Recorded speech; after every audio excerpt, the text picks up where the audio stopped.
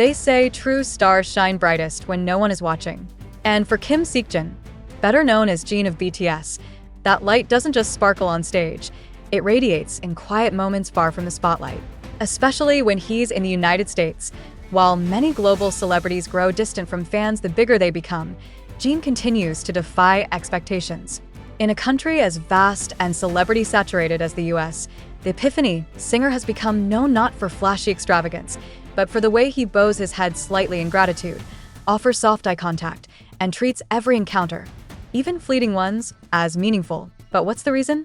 Why is Jin so deeply humble with his US fans in particular? The answer is both emotional and rooted in personal history.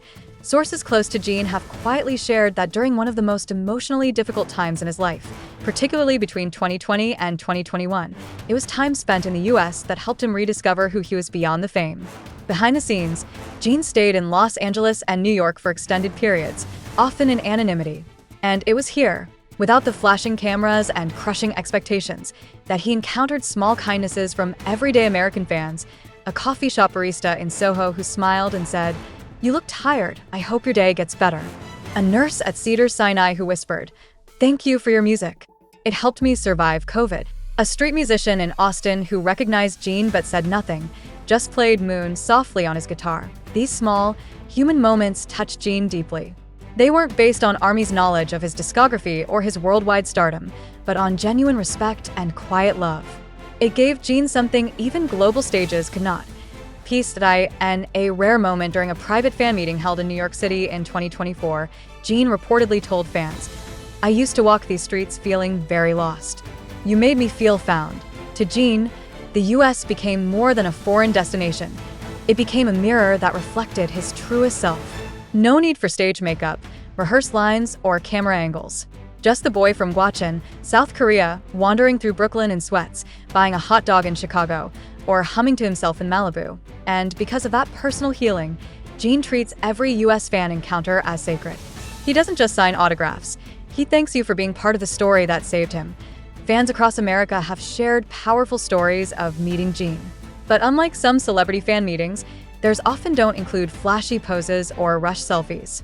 Instead, fans report things like Jin waiting patiently while a nervous fan stammered through tears, him crouching down to eye level with a young autistic army who was overwhelmed by the crowd, whispering, "You did well," to a fan holding a sign that said, "I survived cancer because of you." It's not an act. It's not PR. It's who Jin is, especially on US soil, where the wounds he once carried were quietly stitched by the kindness of strangers. One of the most viral moments this year came when Jin was spotted at LAX. No bodyguards, no drama. Just Jin, hoodie up, quietly helping an elderly woman pick up her dropped boarding pass.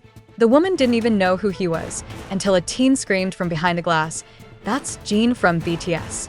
Did he run? No. He bowed, smiled, waved at fans, then disappeared into the terminal without saying a word. Jin has called Seoul his home and BTS his family. But when it comes to spiritual grounding, the kind that humbles even global icons, America has quietly become his second home. Why is he so kind here? Because here, Jin isn't just an idol. He's human. And in a world that rarely lets stars come down from the clouds, the US gave Jin a place to land and breathe. That quiet gratitude isn't a gimmick. It's real, raw, and often hidden beneath the soft curve of Jin's smile, or the barely audible way he says, "Thank you," when fans scream his name from a distance. His humility in the United States doesn't come from a place of strategy or media training. It comes from memory. From the scent of late-night walks in Santa Monica, where he could finally hear his own thoughts. From the echo of his own heartbeat as he stood alone in hotel rooms, far away from the stadium lights, wondering who he was when no one was watching. There's something hauntingly beautiful about the way Jin interacts with the world in America.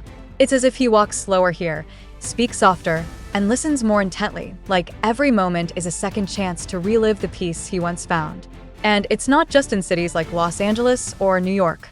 In places like Seattle, where rain fell gently on the sidewalk as Jin reportedly watched a street artist draw ARMY logos in chalk, or in Dallas, where a fan recalled him making eye contact from a car and nodding slowly, like an unspoken promise. These are the kinds of memories that stick. Not because they're grand, but because they're real, and maybe that's the magic of Jin. In a world of superstars who often build fortresses around themselves, Jin leaves the door open. Not wide, but just enough for a sliver of warmth to slip through. Enough for a shy fan in San Francisco to feel seen, even if just for a second.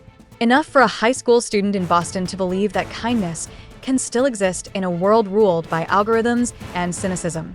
Enough for a mother in Florida who held her crying daughter after Jin waved to them from across the barricade to whisper, "That boy is different."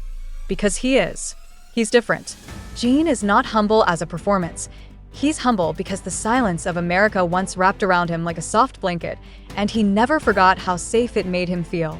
It was here that he wasn't worldwide handsome, or BTS's oldest young, or the face that launched a million edits. He was Seokjin, a young man with an aching heart, searching for stillness. And when he found it, he didn't scream. He sighed. Fans who've met him in the US often describe a similar thing, an energy that's hard to explain. A sense that Jin isn't just showing up because he has to, but because he wants to. Like the fan in Denver who waited 8 hours outside a studio just to wave at him. When Jin's van pulled up, he rolled the window down, even though it was freezing, and said, "Please stay warm. Thank you for coming." That was it. No security pushing her away. No tinted glass cutting off the moment. Just a few words, delivered with all the softness of someone who remembers exactly what it felt like to be invisible, and refuses to let anyone feel that again. There's a strange paradox at play here. In South Korea, Jin is a national treasure. In the rest of the world, he's a global icon. But in the United States, he allows himself to simply be. And that freedom, that quiet detachment from pressure, seems to bring out the version of Jin that is most human. The Jin who still laughs at dad jokes, who stops to help someone pick up their dropped phone, who carries extra masks in his pocket, just in case a fan needs one, who once took a detour on his way to a photo shoot in Chicago just to walk through a park he remembered from years ago, not because anyone told him to, but because he felt something there. America, in many ways, gave Jin space to become his own person. Not the version curated for the cameras, or the one dissected by fan theories and articles, but the one who remembers what it means to be unsure. And in return, he offers that same healing to fans. He gives them softness in a world that demands toughness. Eye contact in a society obsessed with filters. Stillness in a culture built on noise. And that's why they love him. Not because he's perfect, but because he doesn't pretend to be. Because when he bows to fans in Los Angeles, or thanks them in gentle Korean whispers during surprise meetups in New Jersey, or waves from a car window in Miami with eyes that shimmer like he's about to cry, they know it's real. They feel it in their bones. This isn't just about fan service. It's about memory, about healing, about a boy who once came to America to lose himself and found something worth holding on to. Not fame, not glory, but people who didn't need to know everything about him to care. People who respected his silence, who loved his music but didn't demand his soul, who reminded him, in countless quiet ways, that being human was enough. And so now, when Jin stands before American fans, in airports, in cafes, in pop-up events, or even across barricades in stadiums, he bows not as a celebrity, but as a man who once stood at the edge of burnout and was met with kindness, a man who calls Korea his home, but America his sanctuary.